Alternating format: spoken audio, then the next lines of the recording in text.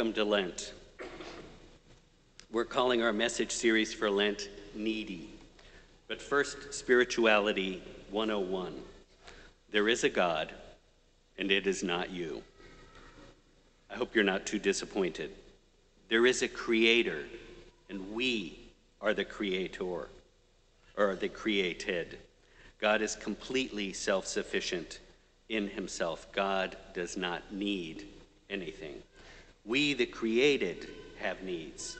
In the first reading, God speaks to Noah about his covenant that he would never again destroy his creation. Since we are the created, it means that we are dependent on God. We have needs that we must attend to if we are to thrive and survive. Think about all the needs that you and I have. Start with just our physical needs. We have a need for food and water, for sleep, for shelter, for clothes and medical care. We all need oxygen. And then on top of those needs, we often need money to pay for our physical needs. But wait, there's more. We have our emotional needs. Not trying to deny it, we know that we have these needs. We have a need to be understood. We have a need for acceptance, a need for support and encouragement. We need meaning and purpose in life. We need to laugh, and we need to grieve when we suffer loss. We all have a need for silence and solitude. Most of all, we have a need to love and be loved. And on top of all those needs, we have spiritual needs. We have a need for God and for a community of believers. We have a need for healing, which we spoke about in the last series. And we have a genuine need for prayer. And I think we know that intuitively, but many of us don't follow through. All in all, I've got to say, you are some needy people. Me too. We're all the same that way. God created us with needs and gave us the ability to take care of many of those needs ourselves. And if you don't take care of your needs, and I don't take care of my needs, then eventually we become somebody else's responsibility. If we don't take care of our physical health, if we don't take care of our emotional health, if we don't care for our spirit and our soul, eventually we will become someone else's problem. Our lack of self-care inflicts damage on the people around us because they end up having to deal with us. However, if we do care for ourselves, we become more capable of caring for others. So caring for our own needs is preparation for caring and serving others. It's not selfish to take care of yourself. It's good. If you're a parent, you cannot prepare your kids for adulthood if you're not acting like a responsible adult yourself. If you're a manager and run a small business or a large corporation, the best way to lead your people is to lead yourself, physically, psychologically, spiritually. Spiritual maturity, growing as a follower of Christ, requires us to acknowledge our needs and take responsibility for them in healthy ways. Our very neediness also makes us vulnerable to spiritual attack. We are tempted over and over again to ignore our needs or address our needs in unhealthy ways. Essentially, there are 4 temptations we might face when it comes to our needs.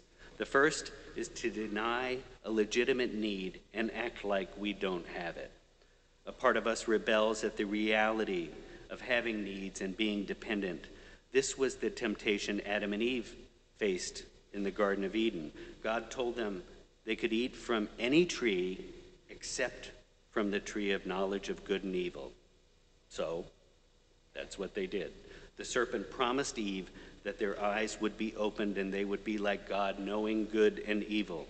The temptation here is to be like a God who does not have to be dependent on the God. Just like we may be tempted to deny our needs for rest, for help from others, for friendship, for support, many of us are often tempted to deny our need for God. When we deny any of our legitimate needs, we're not moving towards spiritual health, but away from it. So the first temptation we face is to deny that a legitimate need exists. And the next three temptations come from the life of Jesus. In today's gospel, Mark tells us very little about the temptations Jesus faces. The passage tells us the Spirit drove Jesus out into the desert, and he remained in the desert for 40 days, tempted by Satan. Short, to the point. I'd like to be that way, but really lacking any of the details we need to understand more. So now the rest of the story. Mark was a man of few words. The author of the Gospel of Matthew goes into greater detail, explaining all of the temptations that Jesus went through. First, Satan tempted Jesus with bread to fulfill his need for nourishment.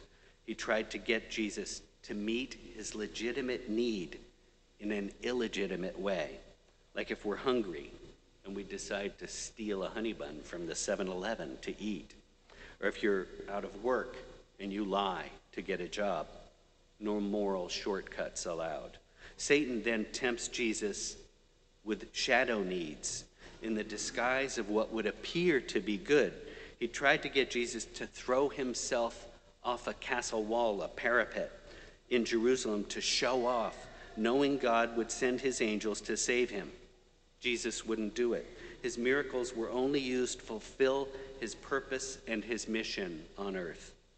If he had done it, it would have been really cool to go to Jerusalem and have everyone see him perform this miraculous feat. Would have won people's attention, but it would not have won their hearts. With our needs, we're often tempted to settle for what is a shadow of the real and legitimate need. We have a need for rest, but so often we use our vacation to go do things that really don't bring us rest, particularly in our souls. And you know it's true because you've said, I need a vacation from my vacation. We have a need for healing and relief from pain, but instead of losing weight and exercising to stay healthy, we, at least I, try to escape the pain or numb the pain and self-medicate rather than solve the real problems. Finally, we are tempted to turn our needs into God's, to make them the whole of our life.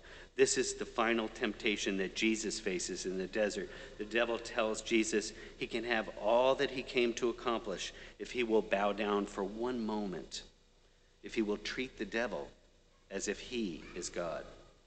We know how the story ends. The point is that our needs scream to us in the very same way. They gnaw at us to make them into our gods, to pursue them at all cost.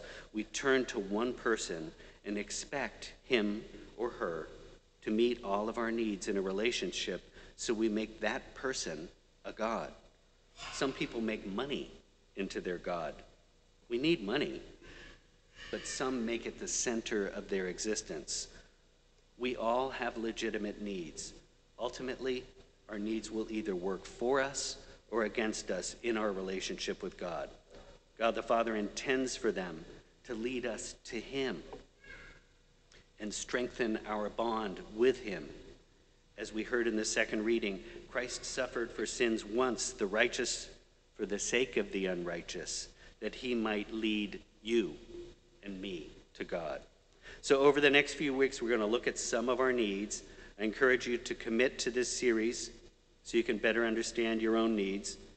And we hope that you will join us in person, or at least if you're out of town or something, try and live stream it on our website so that you can catch the homily while you're catching the Mass somewhere else. Between now and next week, allow me to suggest a question for your consideration. Examine your life, your pace of life, how you're caring for yourself. Ask yourself, if I saw someone I love meeting his or her needs, or not meeting his or her needs in the same way that I am, would I be concerned? Would you want the people who follow you, whether it's your kids, your friends, your employees at work, students in your class, to meet their needs in the same way that you are meeting yours? Recognizing our own needs, taking the time to properly meet them, is not selfish. It's absolutely vital to our spiritual health if we are to be the men and women God has created us to be.